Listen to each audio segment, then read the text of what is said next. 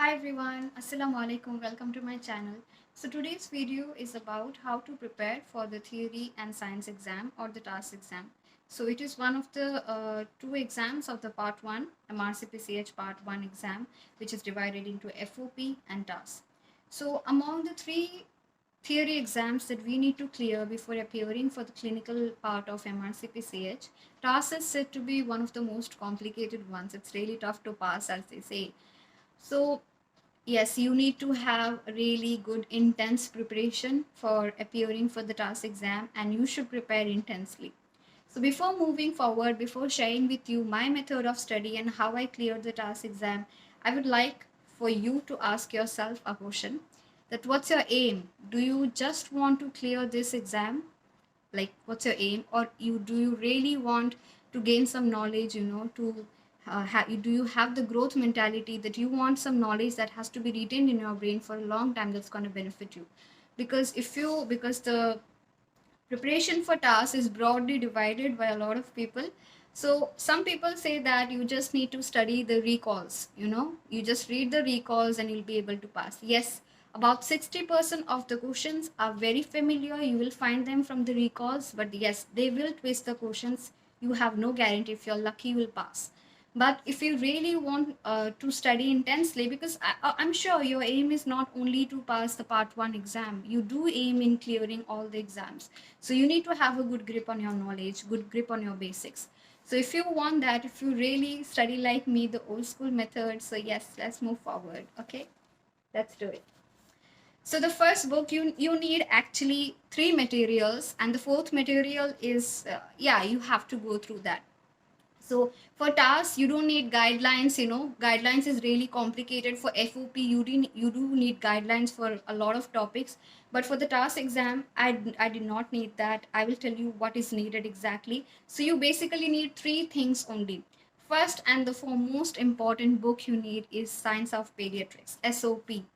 I mean, you have to breathe in that book if you want to pass tasks. At least, it's recommended by the RCPHCH, and also, it's such a good book. Like, once you read it, you will actually thank yourself for reading it. I mean, a lot of people will tell you it's a 800 page plus book. It's really tough to read, but it is such a good book. Everything is written in such a way that you are able to understand. Everything is written in such a way, the basic is elaborated in such a way that it's going to retain, and it's going to help you even in clearing the other parts. It is going to help you.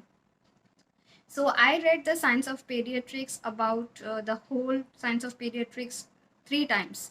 For the first two time, how I read is I went through the entire. First time when I read, I chose a system, and then say endocrine, I went through everything and I marked, making highlight points, notes, and everything. I studied that intensely. Okay. For the second time I read the book, I just went through all the highlighted points and of course the boxes. For the third time, I mean, just before exam, few days before exam, I only went through the boxes. So if I would say you at least go through the Science of Pediatrics, the book, at least go through it once. I'm sure if you follow my method, after some days, I mean, after some months, if you exactly follow my method, the entire video, you are going to come and you're going to thank me. Trust me, because you will pass, inshallah. Just trust me, you're going to pass. So you need to study the Science of Pediatrics, not only the boxes, you need to study everything in Science of Pediatrics for most of the system. Okay, so you're done with Science of Pediatrics book. The second most important book is the Clinical Cases Task. So even this book is recommended by the RCPCH, so you need to study, and this book is so beautiful. It's like in each case they have given information about 3 to 4 topics, sometimes 5 topics, and all these information are based, they are elaborated in such a way that if you study them, you'll have really good knowledge and you will be able to crack the question. I mean, most of the questions will be exactly copy paste from here. You will find the questions from here, absolutely. So you need to be very thorough. So I read this book about more than 3 times. The first time I read everything line by line, of course case wise. Like, I chose a system, say endocrine, I went through Science of Pediatrics, the entire system of endocrine, then I went through the Clinical Cases task book. I read the entire all the cases which are related to endocrine. And there is some chart available, and some generous person has provided a chart that you have to study the clinical cases book according to system. That's really good. Don't study it from, if you're studying for the first time, don't study from 1 2 3 case like that. Study system wise, okay? So you choose a system, you study from science of pediatrics, and you study from clinical cases task. The third thing you have to do is the recalls. Study the recall system wise. Yes, this was the best decision that I have made during my task preparation. I decided to study the recalls after finishing every system, only the recalls of that particular system. So a lot of people, what they do is that after completing the entire portions, and then they go for studying the recalls year wise, or say, session wise, like if it is January, sorry, the Feb, June, and October session wise. But I decided, if I'm going for endocrine, I finish endocrine from SOP, clinical cases task, then I mark out all the questions from recalls which belong to endocrine, and then I solve those questions. That was my prep.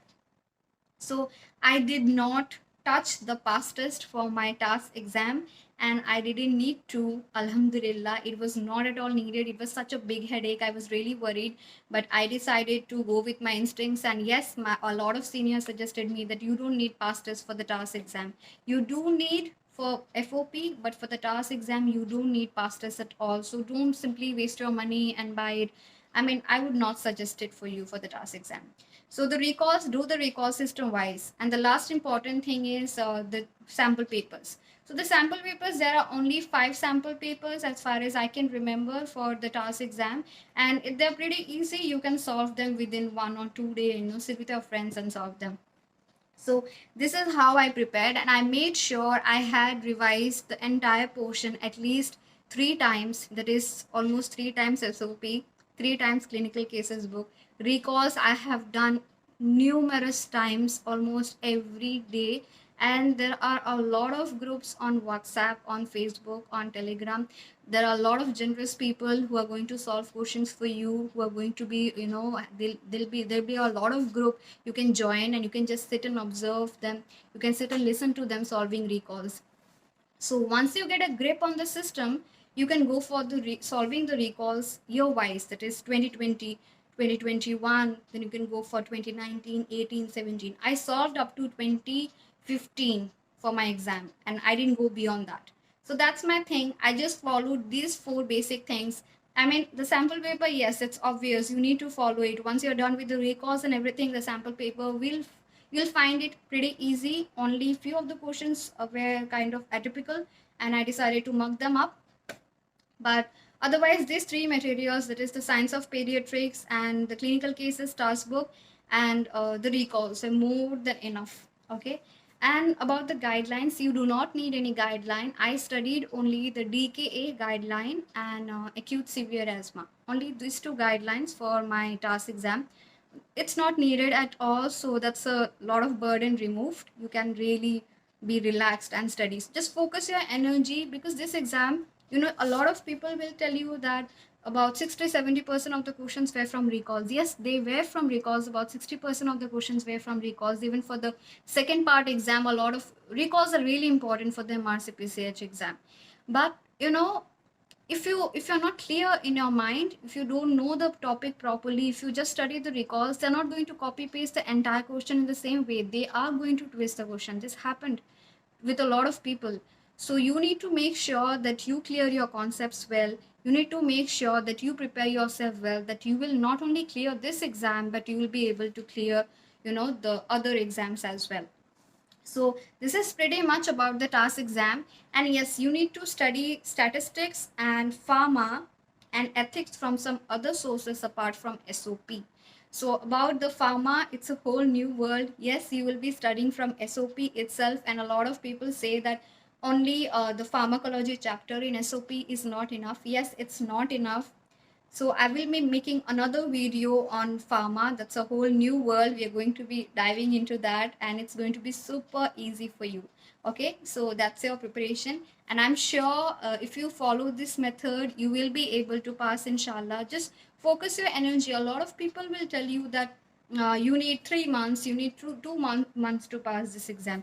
I mean, do you really think it comes with an expiry date, any kind of preparation? No.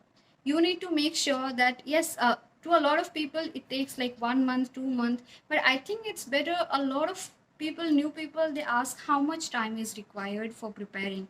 I mean, yes, everybody will give you a rough time, but only you can judge yourself. You know how much time is required for you to actually crack the exam, for you to actually study it well. So yeah, decide it for yourself and study well, and give a thumbs up to my video if it was beneficial to you, and subscribe to my channel and do share with your friends. Bye bye.